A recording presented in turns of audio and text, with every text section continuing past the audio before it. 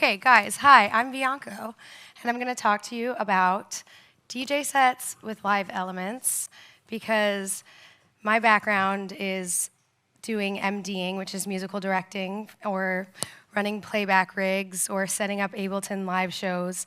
And I was in live for like a decade before I decided I liked DJing. So I probably have way more knowledge about live stuff than I even do about CDJs. So that is why I'm talking to you about this. But anyways, okay, so I have a live ethos. And I think it's really important that we think about this because everybody gets really excited when they're doing a hybrid set and they think, I want to do it all. And I think that's the worst way to think about it when you're trying to prepare live elements for a DJ set.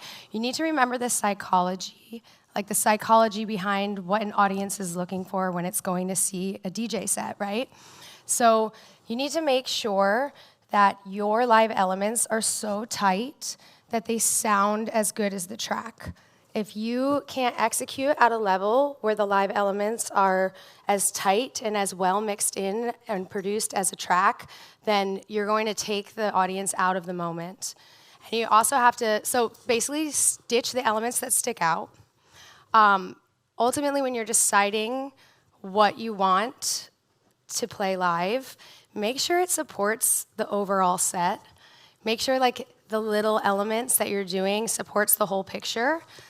And know your audience, which I think this is the most important thing, is a festival set in America in the middle of the day is a very different audience than a Berlin club at 4 in the morning. And so if you understand the setting in which your audience is placing themselves, you should tailor the live elements to what their mindset is, right? So like maybe on a main stage at a festival in America, you might bring live vocals in. You definitely probably shouldn't do that at 4 a.m. in Berlin. So I think really understanding, like even if you can do it, should you do it?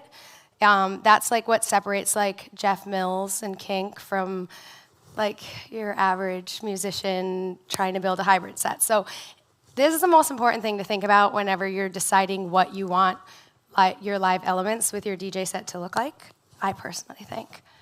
Okay, so unfortunately, live is all about preparation until you're so prepared that you can do whatever the fuck you want. So basically, the mindset needs to be, I'm gonna prepare everything so much so that in the moment, I can play like a jazz musician, which is like I can improv and like lean on my skills and have fun with the live elements because I've prepared so much ahead of time. And what I mean by that is, the pacing of your set, so knowing where in your set, I know we hate preparing sets as DJs, but unfortunately when you're dealing with live elements, you should, because you should think, all right, it'd be good to introduce this element in like the first third, and then this one is even more epic, so I'm gonna do that as like in the last like 15 minutes of my set. So when you're doing hybrid sets, you really should prepare your set list ahead of time, so you can make sure you're taking the audience on not a jarring journey, if that makes sense. You also need to build in buffer. So it depends on how you play your live elements, but you need a runway. You need a runway in and out of them to make sure that they come in really smoothly, that you can hear them queued up in an unused channel before you introduce them to the audience. And so to do that, you need to know, I need this amount of time, this amount of bars before I actually bring that live element in. I need a track to come in before that track where I'm gonna play live elements that gives me some runway so I can be over here setting up the sequencer or something. So yeah, you have to build some buffer in there. You have to prepare your tracks. So a lot of us play live elements with our own tracks. It's not just playing over top of existing tracks, though you can do that too. But you have to like take the songs and pull the elements that you're gonna play live out of those songs, you know? So there's a lot of track prep that goes into it. And then you, unfortunately, have to understand live production and make sure that you've stabilized the live elements enough so that they're going to sound as tight as a song that you're playing off of your USB stick. So all those 4 things is what goes into preparing a hybrid set. And I'm like all about people asking questions as I go. So if you guys have any questions about anything like that, or if anything is springing into your mind, please just raise your hand and ask, because I don't care if you interrupt me. It's probably better, or I'll ramble. Okay, so I'm going to give you some examples of what my record box looks like when I'm preparing a live set, okay? So this was a festival that I did in, I think this one was London last summer. And it was like, I want to show you guys what I mean when I say how I prepare a set. So I'm opening with samples. It's like psychologically introducing the audience to the fact that I'm doing more than just DJing. Then this third song here I was looping on the Maschine, a synth pattern, and then I was also at one point playing Prophet, like a bass line over top of it. So I used that song there as buffer. Like I could cue that up. I mixed it in, and then I'm like kind of a bit line checked all the live elements to get to song 3. So that's what I mean when I say buffer, because I needed to make sure that all was stable and well mixed. And then this song, guys, please just like forgive me for the way I title my songs. It's so chaotic, but it makes sense in my autistic brain. So this song, Perfect Mason Blade for Hybrid, has live acid in it. And that mixing in live acid is one of the harder things I have to do because I beat match it in. So Got Me Like had a really long outro in it, so I could easily beat match the acid in and bring it in. So again, that's like buffer. And then I had a long outro out of that so that I could make sure the samples were good for the next one. So you can see, like, and then I'm like, okay, I've just hit people with all this live shit. I want to give them a break to just like not watch me, but just have fun and dance. So then it's like 10 minutes, 15 minutes of just DJing for a second to give people like a second to miss the live elements, you know? They're like, I miss you. So then now that I was like, this was an outdoor festival. It was the middle of the day. So I was like, fine, I'll do some vocals. I was encouraged to. That was my new single. I really hate doing vocals live though. But then I did vocals, more acid, and then I ended with like a fucking punch in the face bounce, 3 tracks in a row. So like that is like the thought process that goes into making a hybrid set. It's like completely prepared beforehand, including the way, like the runway that I have. Because even though if we just have decks in front of us, we're gonna all do something fun to mix in and out of songs.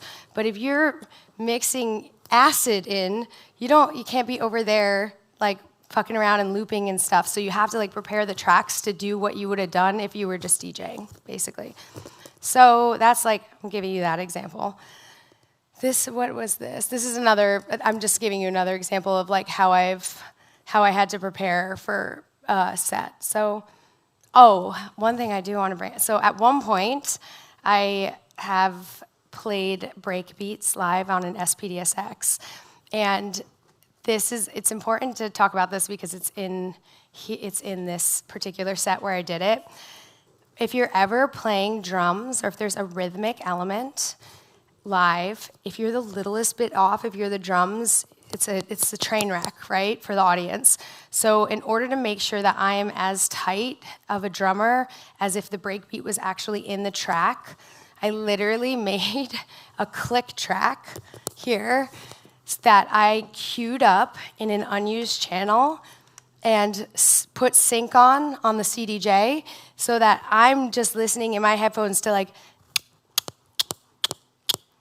the click going, so I can just play the breakbeat to the click and I'm not relying on like my booth monitors or anything because like that shit's not very stable. And then that way I'm so tight. My breakbeat was so tight that it wasn't jarring for the audience. But that was probably the hardest thing when I was originally started doing live stuff, where I had to be like, how the hell am I gonna, as a live drummer, I can't use the booth sound to like match to, and I realized I could just cue up a little in a channel, and obviously it doesn't go out to the audience, you know, because it's like what you do to beat match. But yeah, that was even down to building that click track in. I was so committed to playing that breakbeat live. But yeah, that's like the way you have to think about things. Like, if I want to do this thing, it has to be perfect. So how am I going to accommodate that in my preparation, in my set, to make sure I can execute perfectly? And that's like basically, I mean, we're talking about this like a DJ set, but like honestly, that's what you should bring into every live set. How can I make sure that this is perfect? Because otherwise it's stressful to an audience. All right, do you have any questions about track prep or set prep? No. Okay. All right, now I'm going to talk to you about the techie shit. Okay, so this is my current hybrid DJ setup. I have a Maschine Plus as my brain. Mostly I'm just doing live acid at the moment and like live samples. The Maschine is my brain. It sends a MIDI pattern to my Roland, my 303, which is the acid. The acid goes out into an RMX, and that RMX, I can add like effects to the end of it. So I'll give you an example here. So like, so this is the acid. So the pattern, the MIDI pattern is coming from the Maschine, goes into the 303, and then I can affect the whole chain with the RMX. And the reason I really love the RMX is I can also stop it, right? So I like the vinyl break better. So like,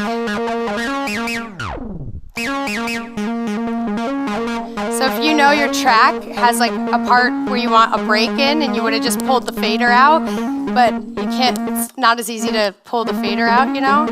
It'd be, but yeah, so that's how my chain works currently when I play live acid.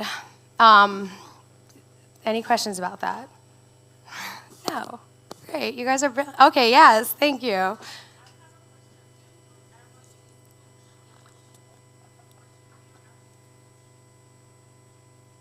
Do I ever use an Ableton push?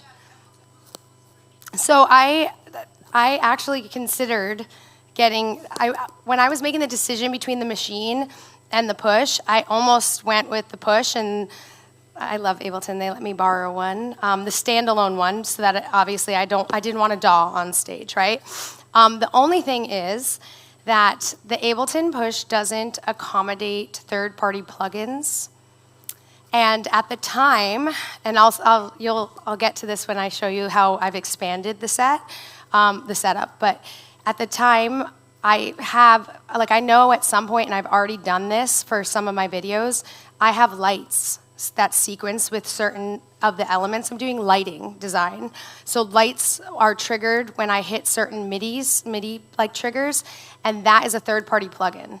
So I ended up going with the Maschine so that I could accommodate and scale to the visual level eventually. And yeah, that's why I did that. Any other questions? No? Okay. So, all right. Well, depending how much I'm getting paid, this is what we've gotten up to. Or if I'm like doing a performance video or something like that. So I want to show you how like things can expand, okay? So this, if you have a Maschine Plus as your head, think of it like this. It's setting the BPM, and that is going to speak to your whole chain, right? So if I know I'm mixing into a song, I have to match the 2 BPM. So if I'm like, this song's at 150, then my Maschine has to be at 150, okay? So I'll beat match that in. It'll send the MIDI pattern to the acid bass, and then it can also trigger and start a sequencer. So I've also expanded into like, maybe I'm just gonna pull the drums and the bass completely out of this track, and I'll have that go live. So like, my Roland TR-8S is like my backbone for rhythm when I'm doing live stuff. So but basically when the Maschine starts, acid starts, the sequencer starts, they're all like married to each other. It's like a tempo slave master situation. And then that whole chain will run through the RMX, so I can put a master effect on everything and stop it if I need to. And then I've had, so like for that festival I was talking about last summer in London, I separately had my Prophet 6, and then, so it's like chain 1, chain 2, and then I had drum pads that I played. So they all go into my own little mixer. So this is like I'm your dad. I'm your live dad right now giving you guys some advice. Give the sound people as little to do as possible. That is like the holy grail of everything. So the reason why I have my own small mixer that would go into the main mixer is because I'm just like reassuring the sound engineer, like, don't worry, I just need an unused channel in the DJM. I just need an unused channel in the mixer because I've already stabilized the whole live setup that I'm literally just giving them like an RCA cable to go into the back of the mixer. And that's my master volume on and off. So you can see like how everything can expand. You can start to incorporate different elements. With a hybrid DJ set, it's like the smartest thing to do is just to run everything into one channel in the mixer that you're not using. And then when we're dealing with like a really big setup, like for example, I hate having a DAW on stage.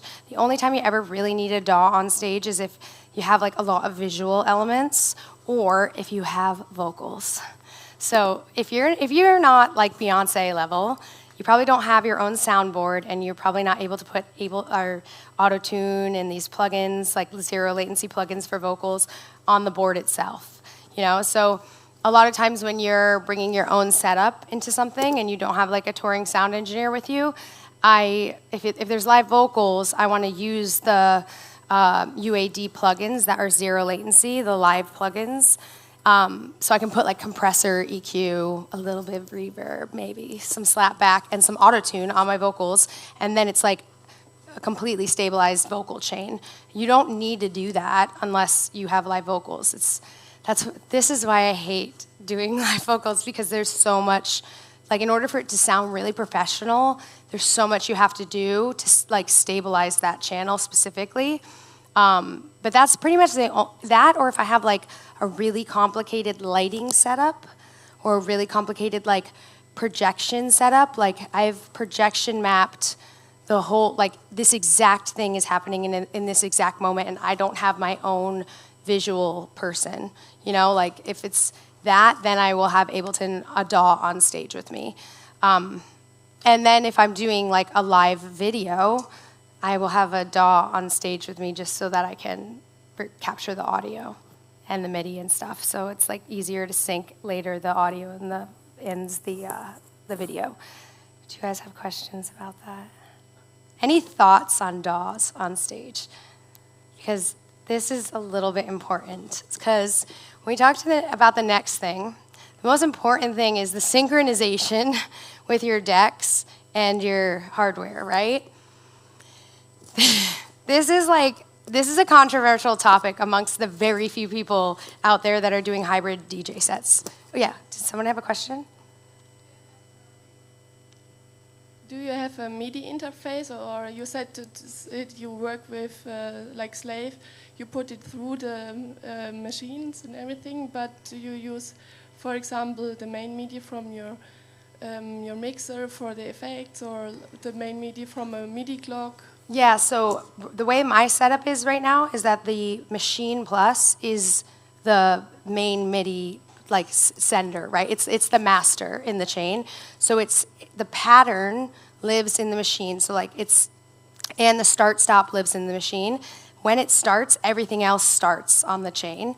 And then so what I do, my personal choice beat matching it in, is I will literally just cue it up in a channel, start it until it's perfectly in sync with the CDJs, you know?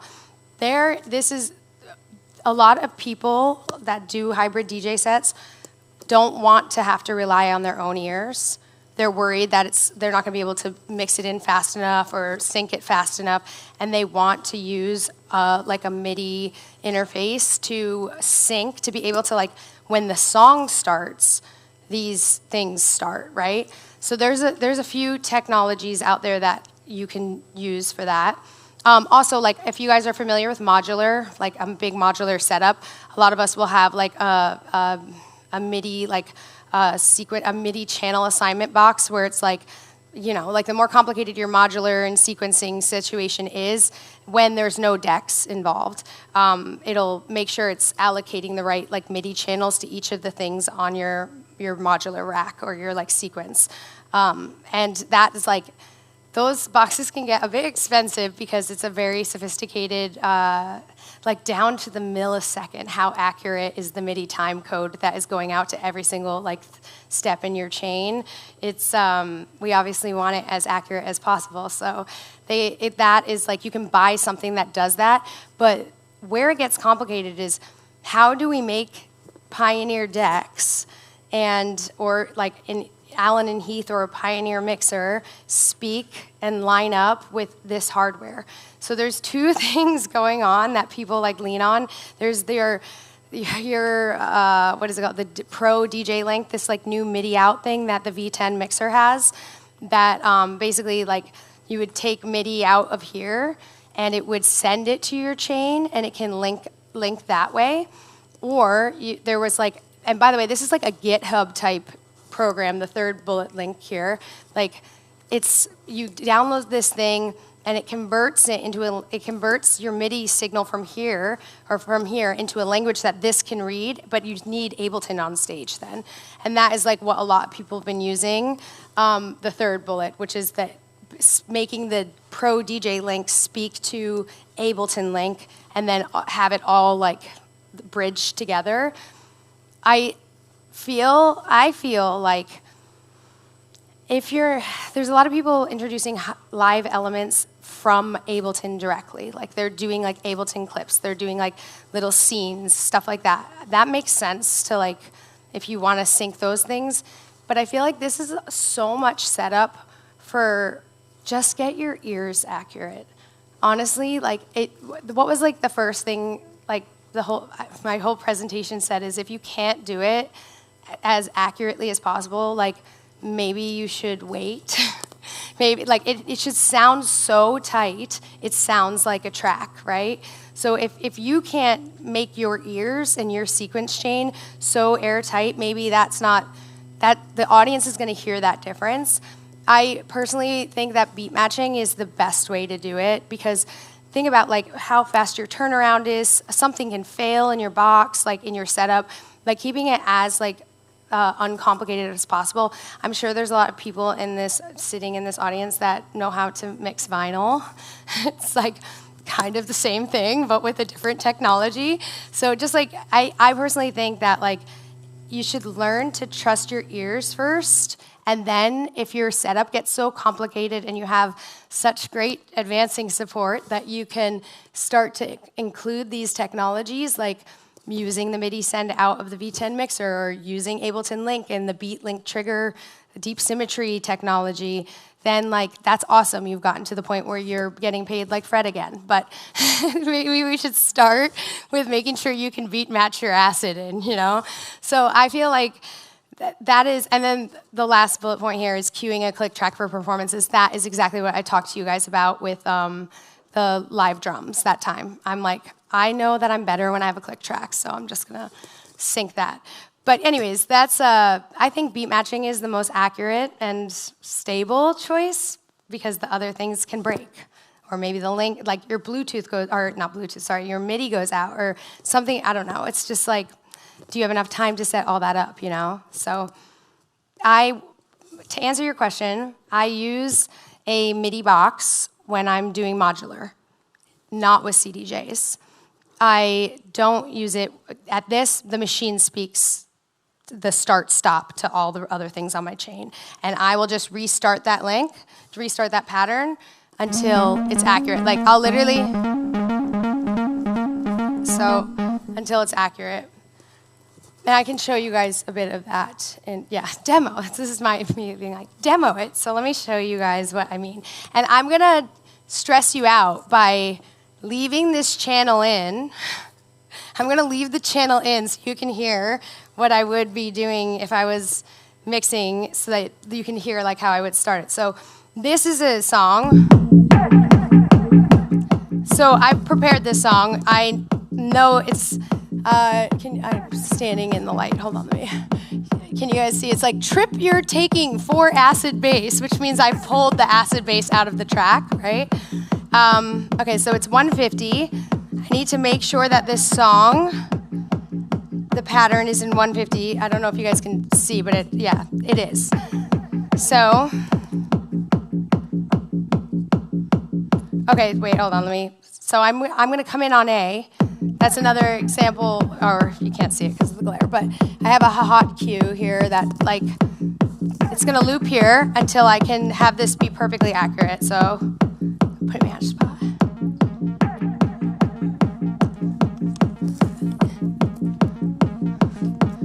I feel like I might have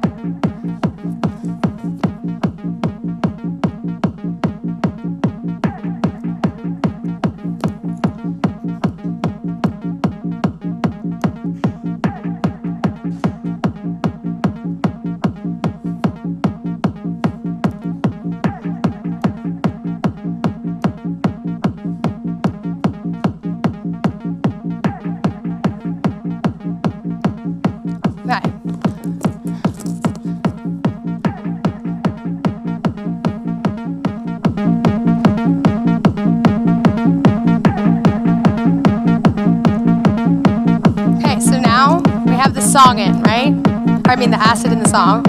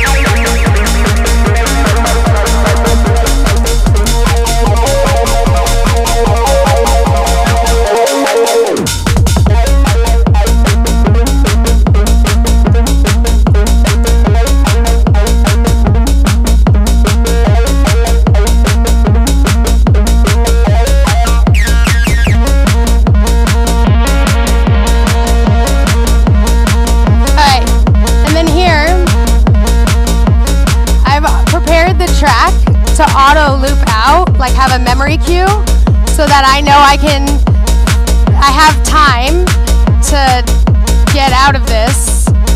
Like, that's what I mean by the preparation ahead of time. Hold on, I'm gonna see what I went into after in this set.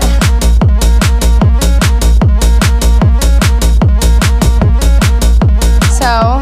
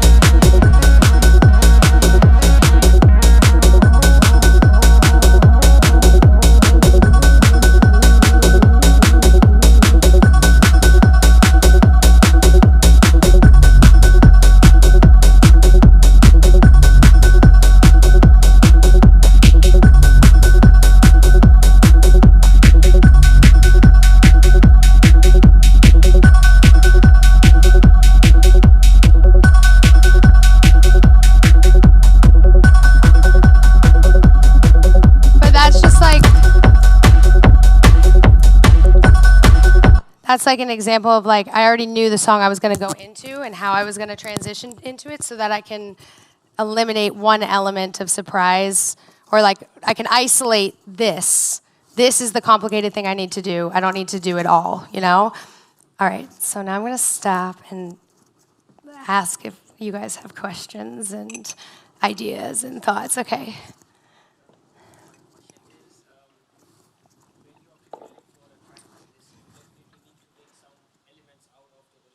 Yep.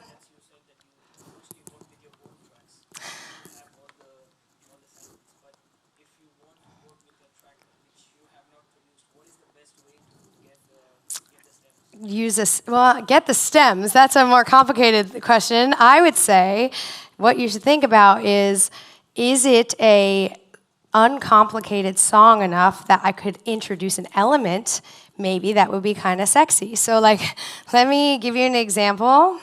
So this song, this one here, let me bring this back in. Okay, so I know that this MIDI pattern is in F minor already, I know that. This song by Nicole Mudabar, well, it's by Tony DeVitt originally, but it's also in F minor. So I know, this is a good example, okay? This song is a really simple song, this one. I mean, it's not simple, it's beautiful, but it is, there are not that many parts going. So, right? So this is like, there's not a lot of leads going in this song. This is a perfect song for me to add my own acid into, right? So, oh wait, hold on, let me make sure master tempo's on so it actually is an F minor.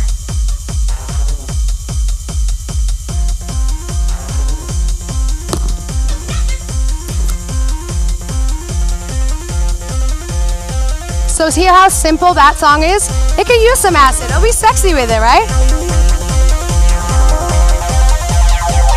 So I don't even need the stems because I know I picked an uncomplicated song, right?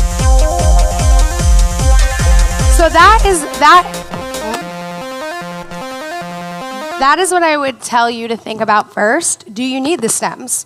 Or maybe like you can introduce something that's not in the track originally. You can find one. More importantly, are you going to be able to identify what key it's in? And so that you can make sure that your MIDI pattern, it works perfectly with it, you know?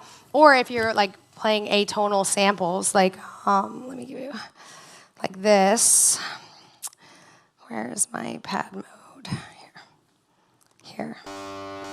So sometimes I'll like add samples, like then it won't matter. Like if you could just like sample over top of things, you know, like then it doesn't really matter. You're not sequencing something. Otherwise, I mean, what's the easiest way to get the stems for anything? Ask the artist. I think that the best way to think about it is to try and find stuff that you can add to, you know? I do that sometimes too, but mostly I work with my own songs. Other questions? You said that there's you knew the key of the two songs. So do you just have like a massive bank of all the keys for all the different MIDI patterns? Or is it like I'm a classically trained pianist, so I have been training my ear since I was 5. So if you put obviously you can see when I showed you my set, I do a lot of prep in Record Box. I groom my songs. Most DJs groom their songs anyways. One of the things I do is I just make sure that the key is accurate, because when you're downloading something off of like Bandcamp or Beatport, or someone sends you their track in your Instagram DMs, and Record Box just decides it's not always accurate. So, I mean, mixed in key kind of does the same thing. I just know, I'll just literally play around with the keys until I'm like, oh, that's F minor. But yeah, I do make sure that that's accurate, specifically so that in moments like this, I'm like, oh yeah, that Nicole Mudabar remix is an F minor, and I can trust it.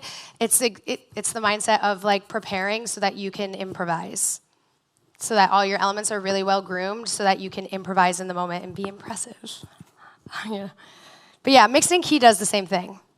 I think that one I've never used it because I haven't had to use it, but they sent me this long pitch once telling me why it was so good. So I've heard a lot of people use that, so yeah. Any other questions? Do you also play piano live? I do. I didn't bring my Prophet because TSA likes to break it.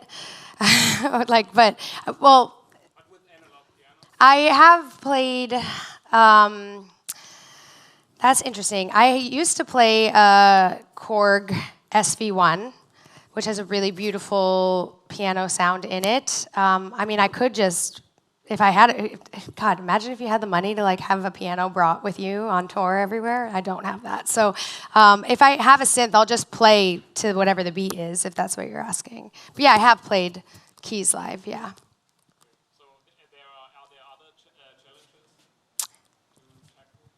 When you're playing keys live? Analog instruments in general, for example, I'm asking because I want to use guitar and bass. Okay.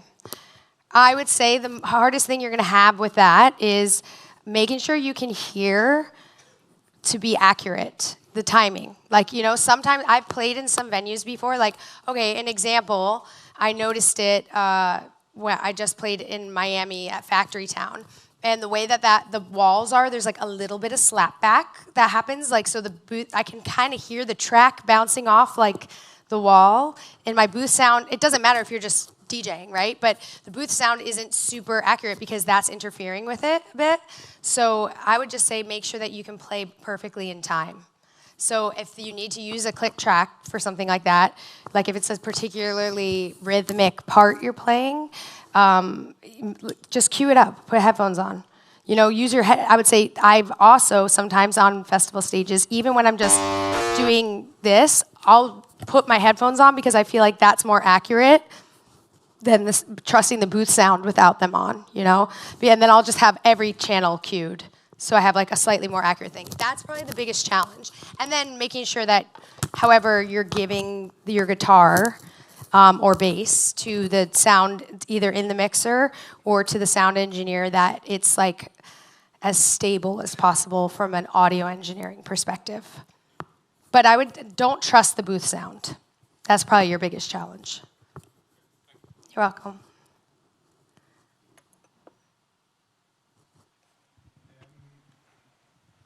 How do you sidechain the acid sound to your tracks? Or do you only fit the frequencies with the equalizer? I don't sidechain. I do, if you noticed here, I took the high down. There's welcome to the life of a 303 person. There's a very high noise floor there. And if the cable is not perfectly mono and 1/8 inch to 1/4 inch or whatever you need for your chain, it'll give you a bit of a buzz, a spicy, cute little buzz that doesn't feel so spicy and so cute. You can hear it. Can you guys hear? Hear that? So I know that that buzz exists, so I always like take down the top, the highs, because it's not necessary for the acid bass. Hear the difference? I mean, I could isolate. It's because the cable isn't a perfect 1/8 inch to, like, it's somewhere in the chain that is getting introduced in the way that the noise floor is being processed. But yeah, so that I'll EQ using the channel for the instrument. But the other thing is you could use an LFO filter that is perfectly in sync to the, that's getting tough though. If the LFO filter is perfectly in sync to the tempo, like I know like you can tap it out on an Allen and Heath mixer, and that you can add, like for the filter, you can add an LFO that's perfectly in time if you tap well. That I've done that before to kind of give it sort of a sidechain feeling. But honestly, you're just trying to EQ it. Oh, the other thing is you can, this is why I love the Maschine, right? So what I'm doing in this instance is it's coming out of the acid back into the Maschine so that I can process it. Let me give you, here. So see, can you guys see? I don't know if you can see. It has distortion, beat delay, a maximizer, and a little bit of reverb on it. So I'm processing it that way too, so that it's not just like the clean send out of the 303. Did that answer your question? I wish I could sidechain it. I bet you could. You could use like a Native Instruments type of thing in here. But yeah, if you want it to be really pulsing, that's how I would do it. I would put a plug-in in the Maschine and process the audio back from the 303.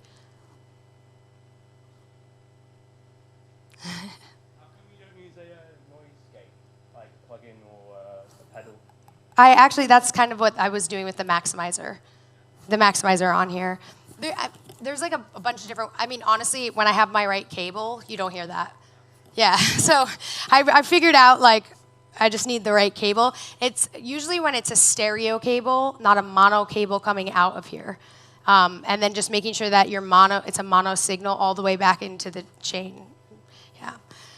But the cable tends to isolate it. But yeah, you could use a plugin like that. I mean, honestly, it's about your ear. What tone are you going for? If I was going for like the Blade, like really fucking gritty ass sound, I would just like slam this distortion. Like I would be, like you'd probably putting like a really harsh one on it. I don't know. It's all about making it sound the way you want to make it sound, and like a 303 can sound like a cute little alien speaking to you, or it can sound like something that's about to like rip your head off. It depends on how you're processing it. Great. Good luck out there, guys.